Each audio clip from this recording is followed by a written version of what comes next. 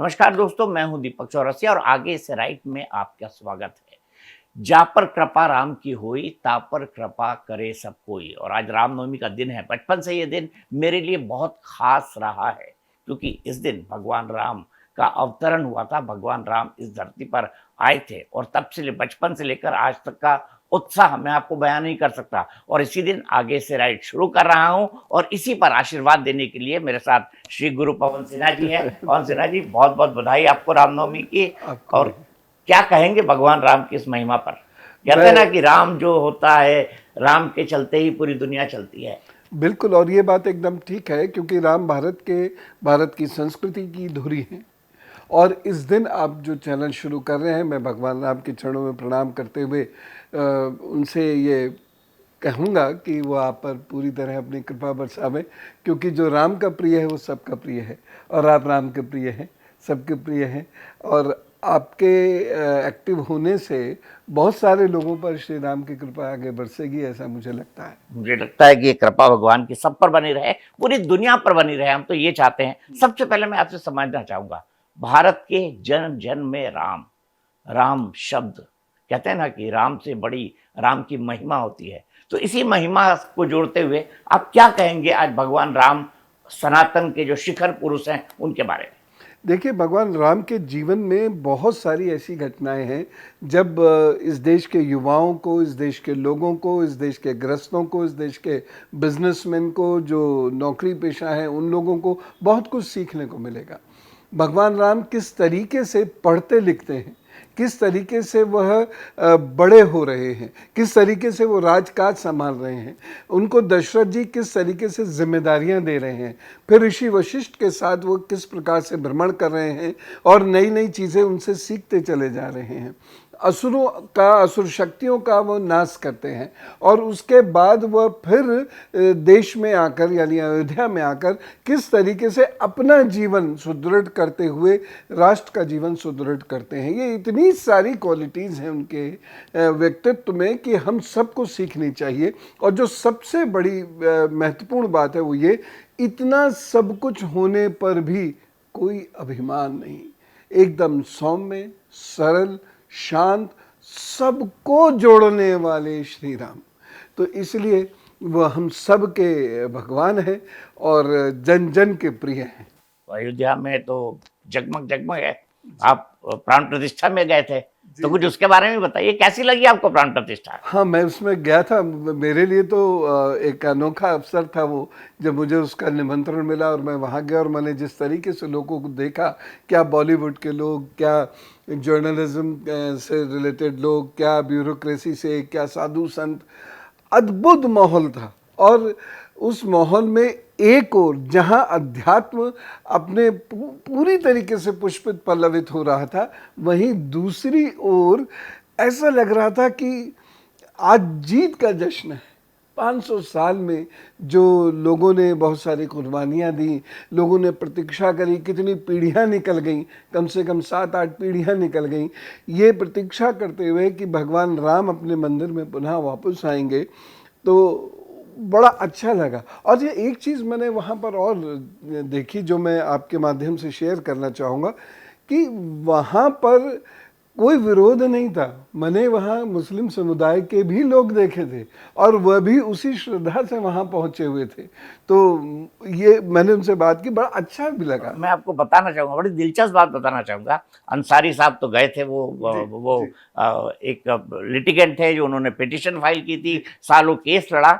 लेकिन मैं अयोध्या कई बार गया हूँ, 1992 से लगातार जा रहा हूँ और मैंने वहां पर देखा सबसे महत्वपूर्ण बात कि वहां पर भगवान के वस्त्र और फूल वो कई मुस्लिम परिवार देते हैं और परंपरागत तरीके से देते रहे हैं। लेकिन मैं आपसे एक और बात जानना चाहूंगा कि एक बड़ा विवाद हुआ हमारे यहाँ राजनीतिक। उसको कहा गया कि ये बाबरी मस्जिद है, इसको ढा दिया गया, ये भारत के मुख पर शर्म है। इस पूरे 6 दिसंबर 1992 को आप कैसे देखते हैं? देखिए, बहुत सीधी सी बात है। मैं इसमें एक चीज़ जानता हूँ, भारत का मुसलमान अंततो गत्वा भारतीय है। वह अपने आप को विदेशी मुसलमानों के साथ कभी न जोड़े। ये बहुत बड़ी गलती कर रहे हैं कि अगर अगर ये सही होता तो बताइए इंडोनेशिया के लोग ना जोड़ते अपने आप को। कितने ही दुनिया के अंदर ऐसे देश हैं, कितने ही ऐसे मुस्लिम भाई बहन हैं जो अपने आप को उस ज़मीन के साथ जोड़ कर रखते हैं। और कुरान मजीद में भी अगर मैं सही हूँ तो ये बड़ा स्पष्ट लिखा हुआ है कि आप जिस जगह रहते हैं उस जगह की वतन परस्ती ज़रूर कीजिएगा। तो बाहर से इसको जोड़ना और बाबर ने जो कार्य किया उसको इतना हाईलाइट करना और उससे जो सदियों पूर्व का कार्य है उसको दता बता देना, वो थोड़े से मुस्लिम नेता है, बहुत थोड़े से मुस्लिम नेता है। मेरे ख्याल से मेजॉरिटी मुस्लिम्स को, उन सभी लोगों को साफ कह देना चाहिए कि भाई हमको देश की उन्नति में शरीक होने दो और ये सारी बातें मत करो। बाबर आया, मस्जिद बनी, मस्जिद भी क्या बनी, वो दरअसल एक उनके लिए एक जीत का सिंबल था। और उसके बाद वो मस्जिद फिर से मंदिर बनी। तो इसमें तो अच्छा ही है। और ऐसा नहीं कि मस्जिद छिन गई, मस्जिद दूसरी जगह बन गई।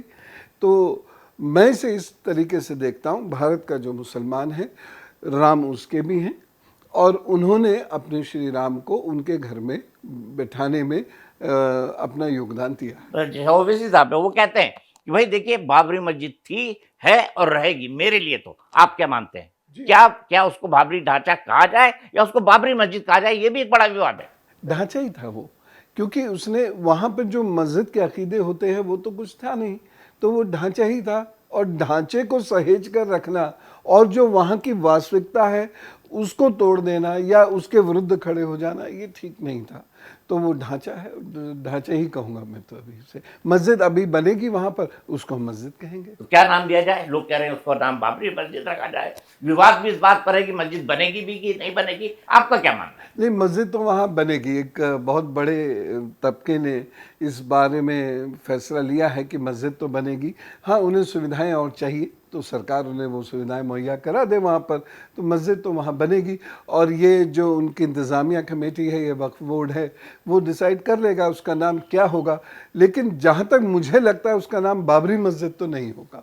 आप चाहेंगे कि बाबरी मस्जिद उसका नाम ना रखा जाए? ना हो, क्योंकि इससे फिर वो वैमनस्य कहीं दिमाग में वो चीज़ फिर से उगाएगी बहुत सारे लोगों के। आप क्या थॉट प्रोसेस मानते हैं? ये जो पूरा बाबरी मस्जिद का विवाद था, उसको एक चिंतक के तौर पर, एक पॉलिटिकल साइंटिस्ट के तौर पर आप कैसे देखते हैं? क्यों हुआ ये विवाद, ये जानते हुए कि भारत का मुसलमान उन मुसलमानों से जुड़ा हुआ नहीं है, बाबर और अकबर और कम से कम औरंगजेब से तो जुड़ा हुआ नहीं है। और देखा जाए तो इन लोगों ने, जिनके आपने नाम लिए, इन्होंने तो उन्हें भी प्रताड़ित करने में कहीं कोई कमी नहीं छोड़ी। देखिए, बड़ी सीधी सी बात है, मैं जो कहना चाहूँगा, जितने भी ऐसे अच्छे मुसलमान थे वो बोले नहीं। अगर वो बोलते और साथ खड़े हो जाते तो ये तो केस निबट गया था, एक दिन में निबट गया था कि भाई ठीक है, इनका इलाका है, इन्हें दे दीजिए। हमारा ये पहले होता था, आज केवल इनका है, हमने अपना पूजा पद्धति बदल दी, लेकिन हम भारतीय हैं तो अब हिंदू भाई बहनों को ये दे दीजिए, बस बात ख़त्म थी। तो हुआ क्यों नहीं ऐसा? कुछ जो नेता लोग थे और उसमें उनके साथ कुछ राजनीतिक दल जुड़ गए, तो इस वजह से उन लोगों ने इस इशू को लटका के रखा, इस इशू को होने नहीं दिया। और समस्या एक और बड़ी आ जाती थी कि जब हमारे कुछ कुछ मुस्लिम नेता और हमारे कुछ पॉलिटिशियंस वो पाकिस्तान को अपना स्टैंडर्ड बना लेते थे। अगर नहीं बनाते तो ऐसा कभी कुछ नहीं होता। देखिए, अरब कंट्री से तो कोई हमारी प्रॉब्लम थी ही नहीं, वो तो कभी हमारे खिलाफ बोले ही नहीं। तो बड़े आसानी से ये सारी चीज़ें बहुत आसानी से मैंने ऐसे कई नेताओं को देखा है 90 के दशक में जो कहते थे कि अगर वहां पे मंदिर बन गया तो आपको पेट्रोल नहीं मिलेगा, अरब देश आपको पेट्रोल देना बंद कर देंगे, आपसे तिजारत बंद कर देंगे, आपसे व्यापार बंद कर देंगे। हुआ उल्टा। वहाँ तो उल्टा इतना बड़ा मंदिर बन गया। तो ये सब डराया गया। दरअसल एक बहुत बड़ा तबका ऐसा था जो कुछ ख़ास लोगों से ही केवल सीख रहा था और वो अखबार नहीं पढ़ता था, वो बाकी चीज़ों को समझता नहीं था। तो इन लोगों ने, जिन्हें रहनुमा वो लोग मानते थे, इन लोगों ने उन्हें गलत रास्ते पे डाल दिया, वो चले गए। अब विकास के मार्ग पर आएँ और अपनी ज़िंदगियाँ खुशी से गुजर बसर करें तो कोई दिक्कत ही नहीं है। और उस वक्त भी कोई दिक्कत नहीं हुई। लोग तो कहते हैं कि मंदिर बनने से कोई विकास हो जाएगा, लेकिन आज देख रहे हैं कि अयोध्या की सूरत बदल दी गई है, काशी की सूरत बदल गई है। उज्जैन की सूरत बदल गई है। इतने ज्यादा जो पिलग्रिमेज से जुड़े हुए लोग हैं वो वहां पर आ रहे हैं, टूरिस्ट आ रहे हैं इंटरनेशनल। बिल्कुल विकास होता है। देखिए, लोग जब आएंगे तो चाय भी पिएंगे, खाना भी खाएंगे, ठहरेंगे भी, ट्रांसपोर्ट का भी इस्तेमाल करेंगे और बहुत सारी और चीज़ों पूजा का भी इस्तेमाल। प्रसाद। और इस काम में हिंदू क्या, मुसलमान क्या, सिख क्या, ईसाई क्या, सभी किसी ना किसी रूप में शामिल हैं। बहुत सारे मुस्लिम परिवार हैं, वो भोजन के व्यापार में शामिल हैं। बहुत सारे मुस्लिम परिवार हैं जो शरीर के अन्य अन्य वस्त्र आदि के उसमें शामिल हैं। तो मेरे ख्याल से वो कुल मिला के एक कॉम्प्रिहेंसिव सिस्टम डेवलप होता है, जिसे इकोसिस्टम कह सकते हैं हम, वो डेवलप होता है। और इसीलिए जाना चाहिए, इन सब जगहों पर जाना चाहिए और ऐसे मंदिर आदि ये सब बनने चाहिए। वो आपको क्या क्या लगता है कि 6 दिसंबर 1992 को कैसे याद किया जाए? क्या एक राष्ट्रीय शर्म के दिवस के तौर पर इसको याद किया जाए, जैसा हमारे कई सेक्युलर पॉलिटिशियंस जो लेफ्ट विंग के लोग हैं ऐसा सोचते हैं? बिल्कुल नहीं। राष्ट्रीय शर्म के दिवस तो वो थे कि जब बाहर से आतताई आए, उन्होंने हमारे साथ दोस्ती काटी, फिर धोखा दिया, फिर मंदिर तोड़े।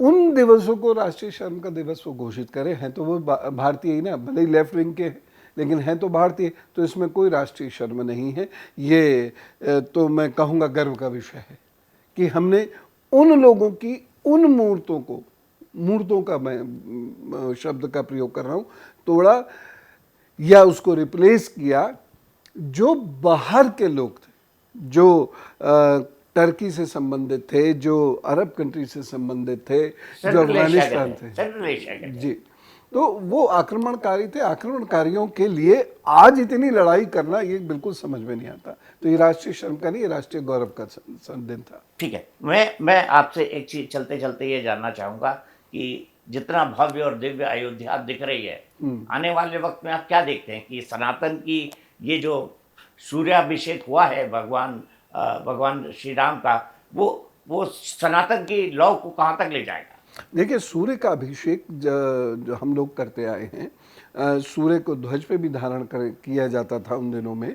अयोध्या के झंडे पर भी किया जाता था। तो सूर्य का अभिषेक करने का मतलब है प्रतिष्ठा दो, प्राण दो।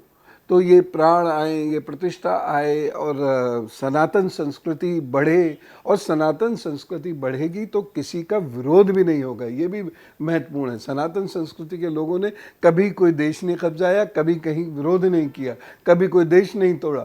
तो इससे सबका विकास ही होगा। और मुझे लगता है कि जिस तरीके से काशी में, उज्जैन में, अयोध्या में हमने देखा, अन्य अन्य जगहों पर भी हमने, सोमनाथ में भी देखा, तो बाकी जगहों पर भी जब पुनर्निर्माण होंगे, पुनर्प्राण प्रतिष्ठाएं होंगी उन मंदिरों की, तो वहाँ एक बहुत बड़ा सौहार्द का वातावरण। और एक चलते चलते मैं ये भी बता दूं, जिस दिन भगवान श्री राम का जो प्राण प्रतिष्ठा हुई, उसी दिन प्रधानमंत्री ने सोलर मिशन भी डिक्लेयर किया कि सोलर पैनल को घर पे लगा जाए। तो ये भी विकास का एक स्वरूप है। और ये बहुत महत्वपूर्ण है, क्योंकि पैसा बचता है और बिजली भी बचती है। तो ये हमारी संस्कृति की विशेषता है कि हम हर चीज़ को विकास के साथ जोड़कर आगे बढ़ाते हैं। बहुत बहुत शुक्रिया गुरुजी, और आप अपना आशीर्वाद हमें इसी तरह बनाए रखेंगे और आगे से राइड जो है आप इसको राइड लेते जाते रहिए। बिल्कुल, बहुत सारी शुभकामनाएं। आप आगे से राइट और बहुत प्रतिष्ठित हो।